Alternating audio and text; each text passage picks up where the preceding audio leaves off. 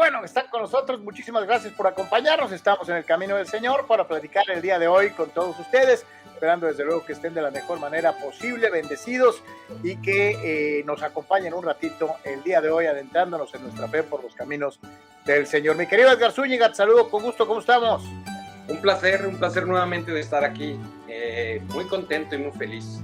Y sobre el día de hoy tenemos invitado de lujo, mi querido Edgar. Sí, sobre todo por eso justamente tenemos al diácono Omar Lima.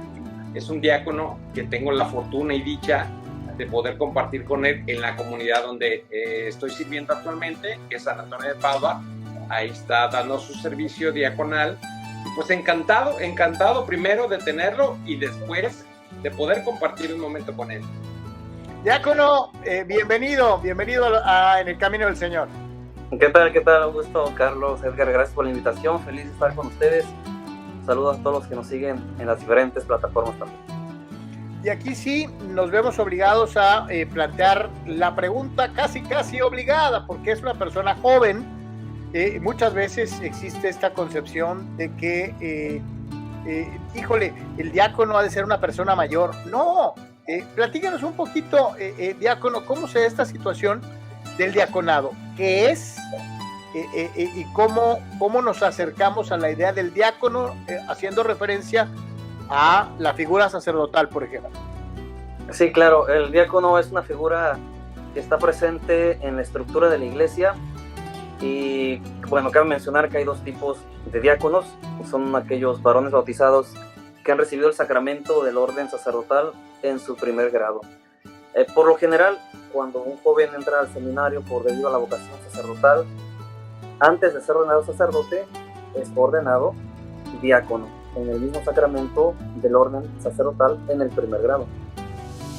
Es decir, está usted, diácono, en este primer escalón antes de llegar a el sacerdocio. Así es, concluí el seminario y estoy en mi etapa de diaconado, que es transitoria, que es un primer tipo de diáconos en la iglesia, el diácono transitorio, que se extiende por un tiempo, unos meses, quizá el año, y bueno, también es un ministerio que está presente en la iglesia desde el origen de las comunidades cristianas, desde el tiempo de los apóstoles. Ahora, perdón, una pregunta, como menciona Carlos, hay en ocasiones cuando vamos a alguna capilla nos encontramos con esta figura diaconal, pero como mencionaba Carlos, la edad, hay normalmente gente de una edad avanzada. ¿Cómo es posible que una persona de edad avanzada pueda ser diácono? ¿Uno como laico puede ser diácono? Así es.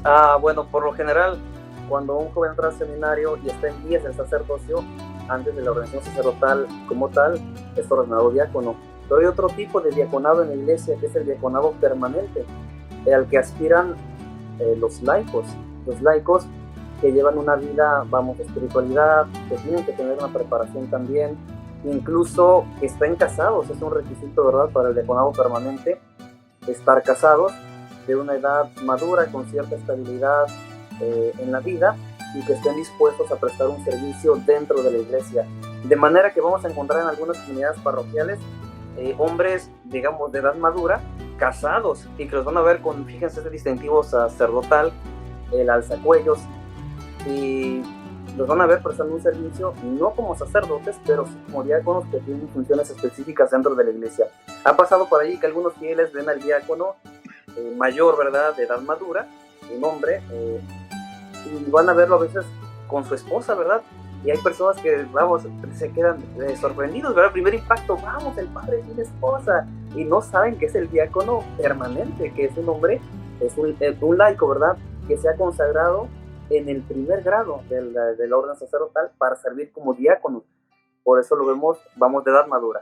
En pocas palabras, no se deje ir a la primera. Usted tal vez no está viendo a un sacerdote, sino a un diácono permanente que dentro de los requisitos para poder obtener este grado y ofrecer este servicio está el tener una pareja. Así es, casado por la iglesia. Y sobre todo, mi querido diácono, nomás aquí una pregunta. mencionaba usted, la figura del diaconado aparece entonces desde hace muchísimo tiempo y se me viene a la mente, y a lo mejor estoy un poquito, a lo mejor tirando pa'l monte, pero gracias a Dios tenemos a alguien que nos oriente. Por ejemplo, en la época de los apóstoles no había el sacerdocio como lo conocemos. ¿Podríamos asumir que en aquella época ejercían algo similar al diaconado? Claro que sí. Pues recordemos que después de Cristo, ¿verdad? Él da el envío a sus apóstoles. Y los apóstoles, vamos, con su predicación, con administración de sacramentos, van fundando comunidades cristianas y van dejando a alguien al frente de ellas. Alguien que supla, ¿verdad?, la presencia de los apóstoles.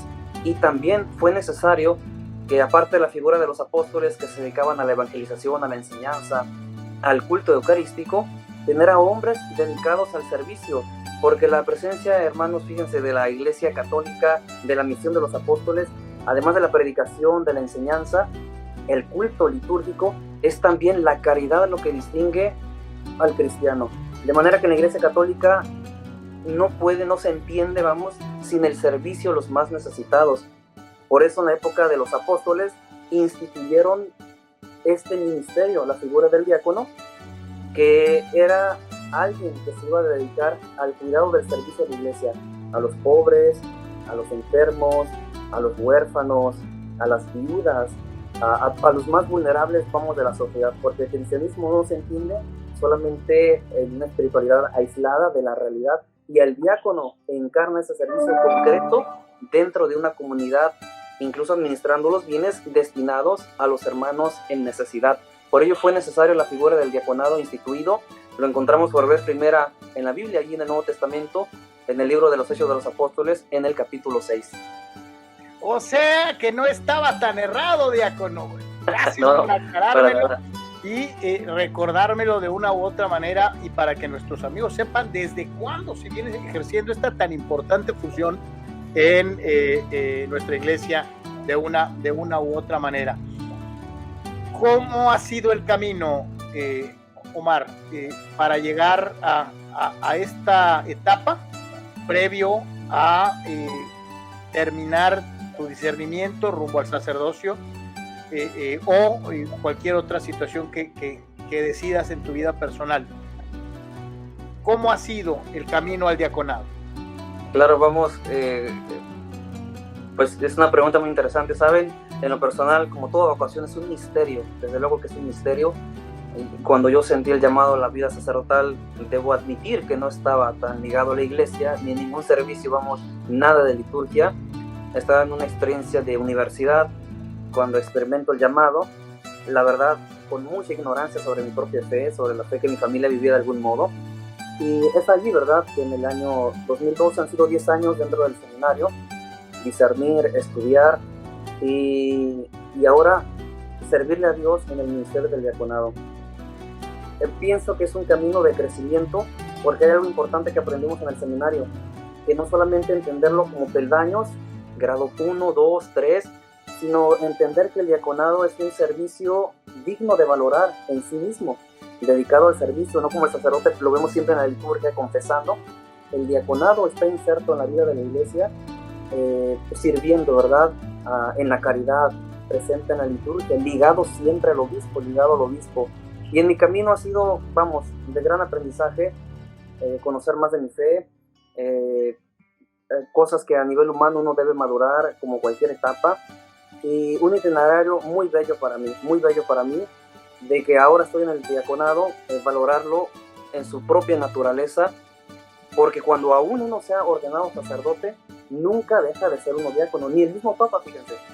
El Papa, vamos, como el que es el primado en unidad, en caridad, nunca deja de ser diácono, nunca deja de ser sacerdote. El Papa sigue celebrando la Eucaristía como un sacerdote, sigue practicando la caridad como un diácono, pero ahora en su puesto, ¿verdad?, en su función, coordinando los esfuerzos de la Iglesia Universal. Entonces yo valoro esta etapa que nunca va a pasar, ahorita específicamente como diácono, pero siempre llevar la esencia del servicio. Fíjate que mencionas, perdón, Carlos, mencionas una cosa muy interesante.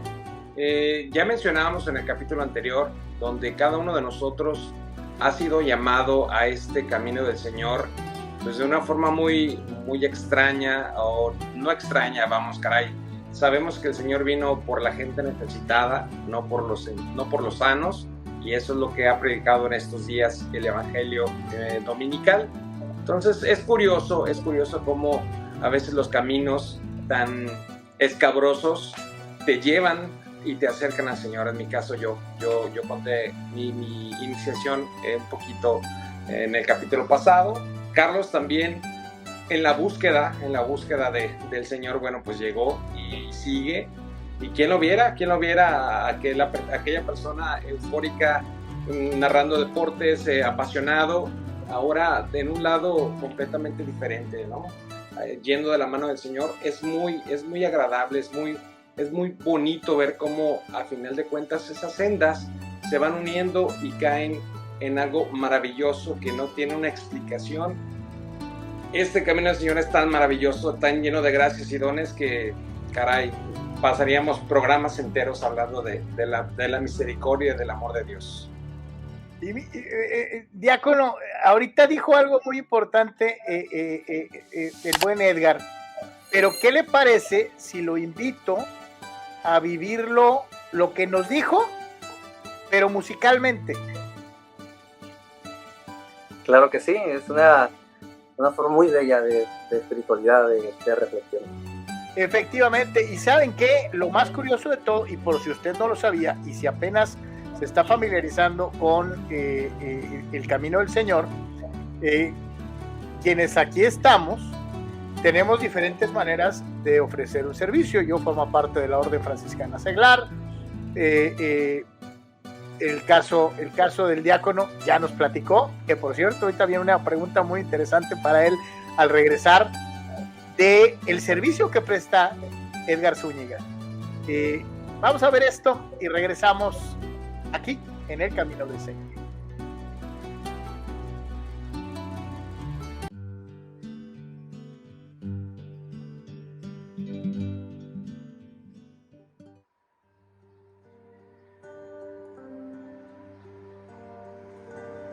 Señor, no soy nada, porque me has llamado.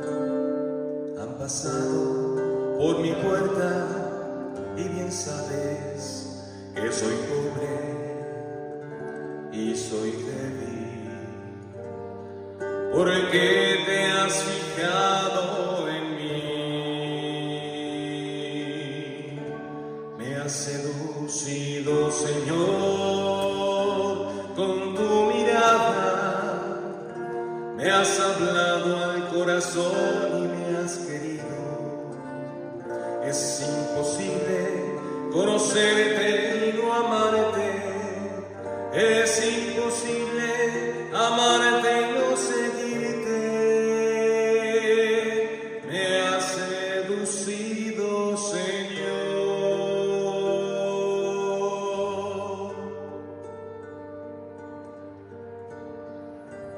Señor, yo te sigo y quiero darte lo que me pides, aunque a veces me cuesta darlo todo. Tú lo sabes, yo soy tuyo. Camina, Señor, junto a mí. Me has seducido, Señor, con tu mirada. Me has hablado al corazón y me has querido. Es imposible conocerte y no amarte. Es imposible amarte y no seguirte. Me has seducido, Señor.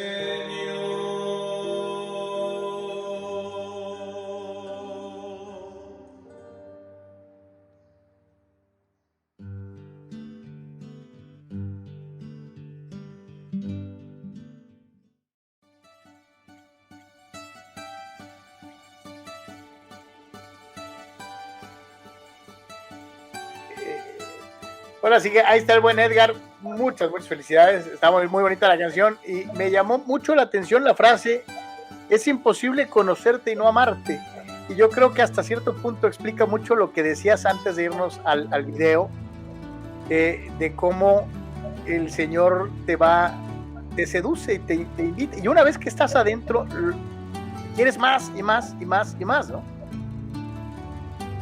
Así es, una bella canción de Caironi, Me ha seducido Señor, de nombre, y pues cuenta justamente la experiencia del llamado que todos recibimos, ese llamado que muchas veces no lo creemos ni lo comprendemos hasta que lo vivimos, y una vez que lo vivimos, caemos en un enamoramiento tal que ahí estamos locamente perdidos, al grado de que ciertas personas, en el caso de los sacerdotes, entregan su vida por completo, de una forma maravillosa como lo hacen.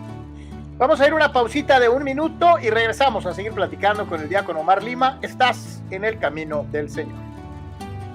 Si tienes entre 17 y 30 años de edad, te gusta conocer gente como tú, alegre, que ame la naturaleza y que quiera acercarse a la espiritualidad franciscana, llegó lo que estabas esperando. Inscríbete para formar parte del retiro de la Juventud Franciscana en el bellísimo Eremitorio San Damián, en Tecate, y vivir una maravillosa experiencia acercándote a Dios y a la naturaleza. Tu cita con Jesús y el hermano Francisco es el próximo domingo 23 de julio. Más información en el Templo de San Francisco de Asís en Tijuana, en la calle Tercera, frente al Parque Teniente Guerrero, después de misa, los domingos 2, 9 y 16 de julio. Únete a la gran familia franciscana. ¡Paz y bien!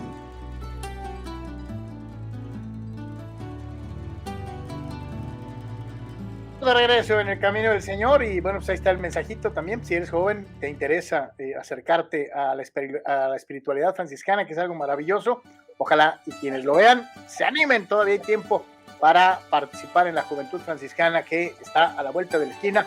Este primer retiro, por cierto, les comparto, fui al Eremitorio de San Damián allá en Tecate, y es una cosa maravillosa, es un lugar hermoso.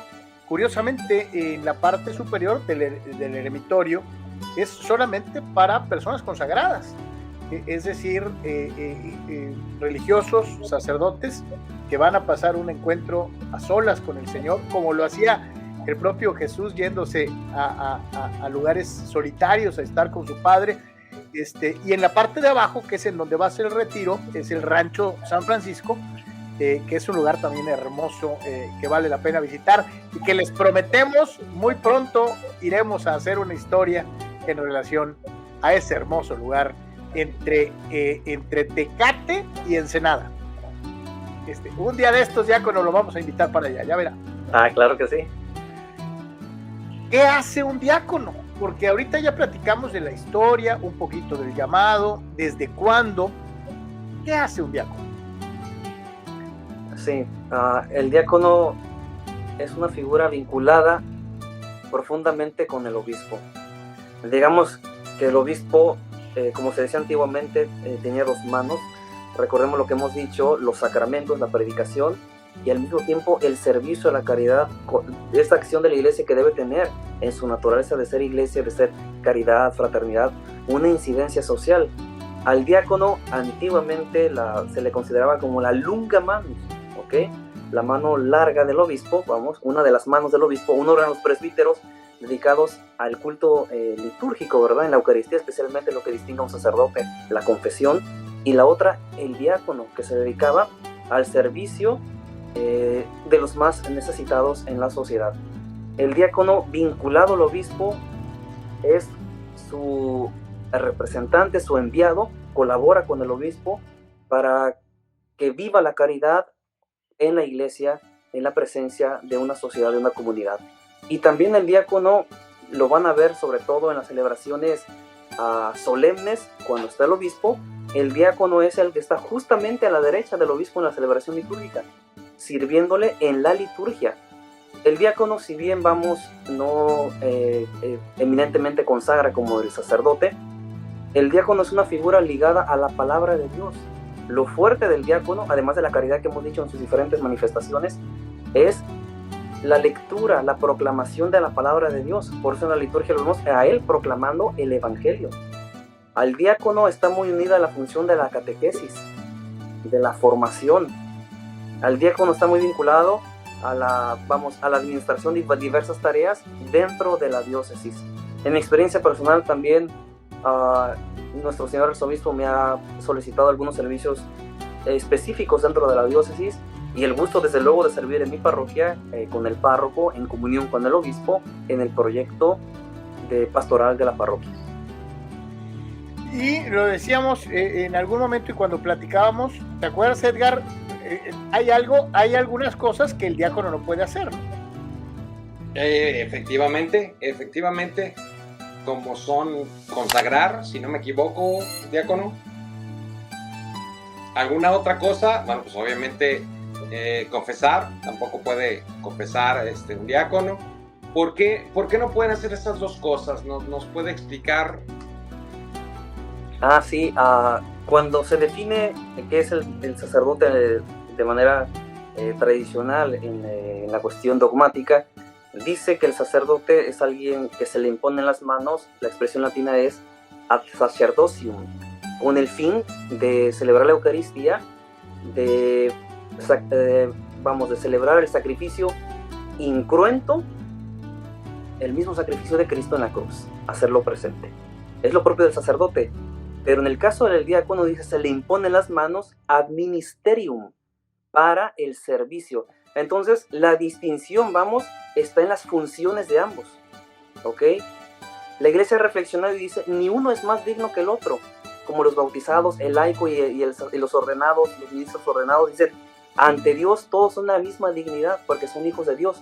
Hay diferencia, sí, en la función, nadie va minusvalorado al lado de otro. La diferencia radica en la distinción de funciones. El sacerdote ligado a la liturgia de la Eucaristía, a la confesión, a todos los sacramentos que administra el sacerdote. Pero hay sacramentos que sí puede administrar el diácono, por ejemplo, el bautismo, y dar la bendición nupcial, el matrimonio, el sacramento del matrimonio, que también son los dos sacramentos que el diácono administra. El sacerdote, los del diácono, bautismo, el matrimonio, pero aparte el sacerdote celebra la Eucaristía, otorga el perdón de los pecados en la confesión, administra la unción de los enfermos. Y no obstante, hay sacramentos que el sacerdote no puede hacer y está reservado al obispo, que posee la plenitud del orden sacerdotal. El obispo ordena sacerdotes y los sacerdotes no ordenan más sacerdotes. De manera que cada uno tiene su lugar propio específico, con funciones diferentes. Todos participan administrando sacramentos, cada uno en su función. ¿Ya ves, Carlitos? ¿Ya ves, Carlitos? Una situación que sí me gustaría mucho tocar es sobre la situación que uno como seminarista en tu momento, ya que estuviste en el seminario, es difícil vivir el seminario, es difícil estar, no sé, obviamente sabemos muchos los que son asiduos a misa o los que en alguna ocasión han ido a misa, en algunos momentos hacen algunas colectas, principalmente a final de mes, donde piden una segunda colecta y es justamente para la ayuda de la casa donde ellos se forman, es el seminario. ¿Nos puede platicar acerca de, no sé, esas dificultades que muchas gentes posiblemente puedan tener?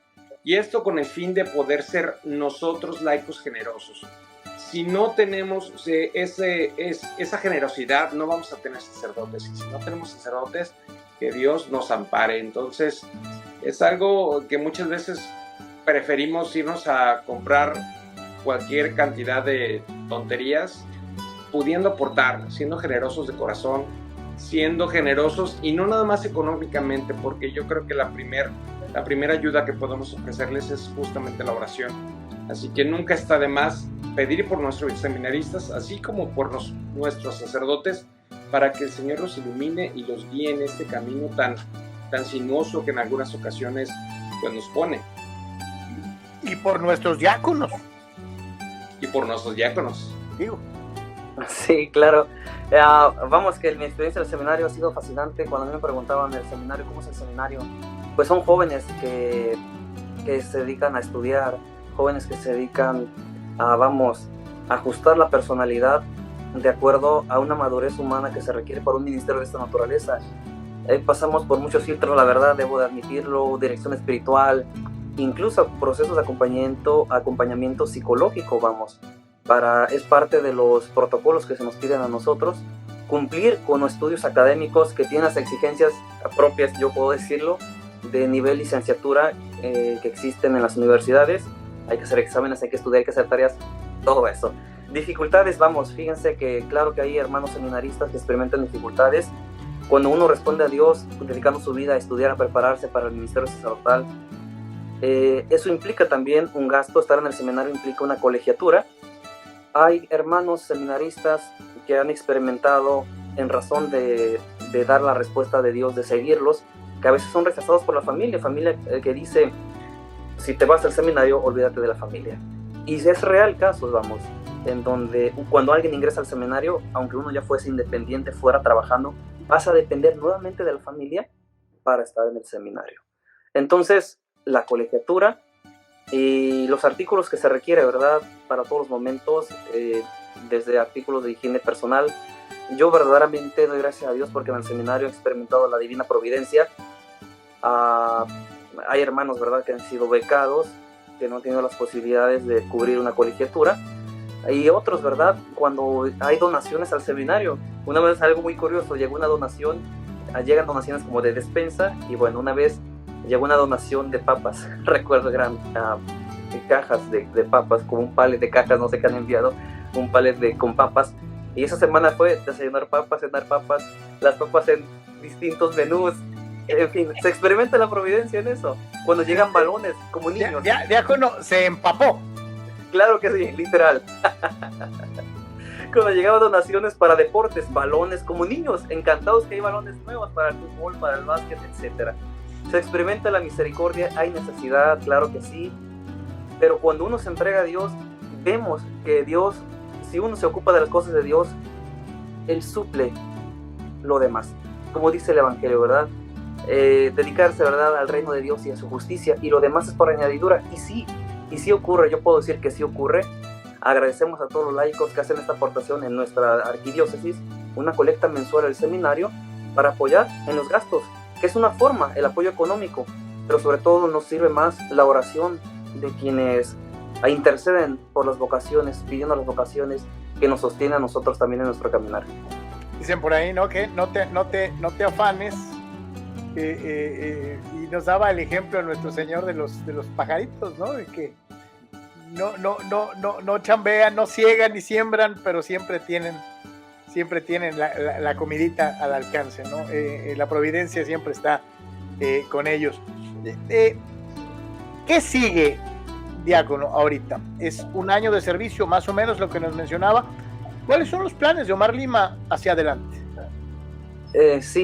Como vamos, el canto que maravillosamente ha interpretado Edgar, recogiendo esta frase bíblica del profeta Jeremías: me ha seducido, Señor, y me dejé seducir. La vocación es un misterio. Cuando yo era seminarista decía, seguramente seré enviado a tal parroquia, a tal servicio. Y el detalle de la vocación es que sigue siendo misterio siempre. Nunca pensé estar en la parroquia, doy gracias a Dios, donde estamos ahorita en el servicio, parroquia San Antonio de Padua. Así que, ¿qué proyecto tengo? Pues mire, mi proyecto es seguirme sujetando a la voluntad de Dios. Como ustedes en su servicio de los grupos, iniciativa de apostolado maravillosa, casi siempre el Señor nos va indicando el camino a seguir, y nuestra respuesta debe seguir siendo la disposición, seguir respondiendo. Yo, el tiempo que voy a permanecer como diácono, la verdad lo desconozco. Hay muchos hermanos que se acercan: hermano, ¿usted cuándo va a ser ordenado? Hermano, ¿cuándo? Y vamos, pienso que a lo mejor el imaginario común es decir, ellos saben cuándo, y en realidad es que no sabemos. El Código de Derecho Canónico contempla mínimo a 6 meses de diaconado, que a juicio del obispo puede extenderse el tiempo o reducirse. Eso depende de la decisión del obispo, de mis superiores, de mi párroco, de aquellos sacerdotes con los cuales trabajo en la diócesis. Varía. Mi proyecto es seguirme poniendo en manos de Dios, pedir al Espíritu Santo que me haga dócil a lo que Dios pida, dedicarme al servicio. Creo que donde el Señor nos llama a servirle, allí mismo nos pide una respuesta concreta que vamos discerniendo. Así que puedo decir que es un misterio dónde voy a estar mañana. Solo Dios, solo Dios. ¿Cuáles son los hobbies del diácono Omar Lima? A mí me fascina el deporte, un gusto especial por el básquetbol. Ahí en el seminario, entré sin saber deporte, yo era una papa. Se burlaban cuando me pasaban el balón, me iba. Intenté fútbol, malísimo, hasta que el básquet encontré que era más o menos donde mejor me adapté. No por la altura, pero manejo de balón, mi posición era ser el botador en el equipo. Me encanta el básquetbol, aprecio mucho la música, no soy buen músico, no canto bien, pero un poco de guitarra, la lectura y actividades al aire libre yo disfruto bastante. O sea que le va a encantar ir al eremitorio de San Damián, casi con seguridad. Y fíjense qué bueno que entramos en el terreno de los hobbies. En la primera emisión de En el Camino del Señor, les hacíamos la recomendación de las moradas del Castillo Interior de Santa Teresa de Jesús, de Santa Teresa de Ávila, y para que remate, ¿qué opina mi querido diácono Omar Lima de esta recomendación que le hacíamos a nuestros amigos la semana pasada? Excelente recomendación. Santa Teresa, en un periodo de reforma de la iglesia, de reavivamiento de la espiritualidad, que forma, fíjese, una etapa en la historia maravillosa, en la historia de la espiritualidad. Se le conoce la mística, ¿verdad?, española. Ella que reforma, su congregación religiosa, su orden, y deja este legado espiritual de las moradas, donde ella ilustra el alma como un castillo, empezando desde los límites, yendo a las cámaras más profundas, y describiendo al mismo tiempo un camino espiritual. Alguien que está fuera del castillo dice alguien que está perdido en las cosas del mundo, hasta que hace conciencia de su interioridad, donde Dios le habla. Fascinante, un camino espiritual que todos estamos llamados a seguir. No, y le vamos a pedir más adelante en otro programa al diácono que nos platique de San Juan de la Cruz, que es otro de los grandes místicos españoles, y para el cual lo vamos a invitar ex profeso para platicar un poquito acerca de San Juan de la Cruz. Y esta semana nuestra recomendación no es un clásico de la literatura española ni nada por el estilo, sino este librito color morado, escrito por Matthew Kelly, autor que nos dice que volvamos a descubrir a Jesús. Vuelve a descubrir a Jesús. Y es una serie de historias, de vivencias, de testimonios en relación a nuestro Señor y cómo se manifiesta en algunos momentos en las situaciones más cotidianas y más comunes, y en donde en muchas ocasiones se nos va, no lo percibimos, cuando realmente es Él el que acomoda todo y nos ayuda a que nuestra vida sea mejor y más llevadera. Y a veces nos hacemos ciegos y no queremos ver al Señor, pero Él está siempre con nosotros. Es un hermoso ejemplo de la vida con Jesús. Vuelve a descubrir a Jesús, de Matthew Kelly. Es un autor estadounidense que ya tiene rato escribiendo, diácono, y tiene otras obras, ¿no? Claro que sí, yo esta obra y una más de él he tenido el gusto, ¿verdad?, de conocerlo hace un par de años en el seminario. Una lectura muy recomendable, sencilla, que yo invito también que tú la descubras para que veas que hay una espiritualidad de lo cotidiano. Este es un esfuerzo, ¿verdad?, de literatura para ser conscientes de la presencia de Dios en nuestra vida en lo más sencillo. A veces buscamos en la iglesia, ¿verdad?, alguna literatura, de espiritualidad. Esta es una de ellas, muy sencilla al alcance nuestro, que nos invita a descubrir la presencia de Dios junto a nosotros. Y bueno, pues, Carlitos, unos nos hacemos ciegos, pero otros nos hacemos tarugos. Yo no quise usar el término, pero sí. Y esa es la realidad. A pesar de ver un entorno que dices, ¿cómo puede ser posible? No la creemos. Pues seguimos siendo tarugos, no ciegos. Totalmente. Aquí la pregunta sería, dentro de esta situación, y hay que dejarlo bien claro, ya pusimos música, ya vimos el testimonio del diácono Omar Lima, y ya le presentamos algunas alternativas para leer. Entonces, el que no se quiere acercar es porque de a tiro no se deja, Pero también dicen, diácono, que a cada capillita le llega su fiestecita, ¿no? Claro que sí. El Señor se nos manifiesta tarde que temprano y nos extiende la mano. Estoy seguro que muchos, tal vez a través de esta nueva forma de evangelización, que es en este caso la internet, las redes sociales, empiecen a acercarse un poquito más a Dios, ¿no? Desde luego una oportunidad que no debemos dejar de desaprovechar. La iglesia se siga siendo presente y viva a través de sus miembros. Yo la verdad alabo esta iniciativa de Carlos, de Edgar, en la que se hacen presentes como bautizados, como laicos, como miembros de la iglesia, como la iglesia misma, en estos foros también digitales. Muy buena iniciativa.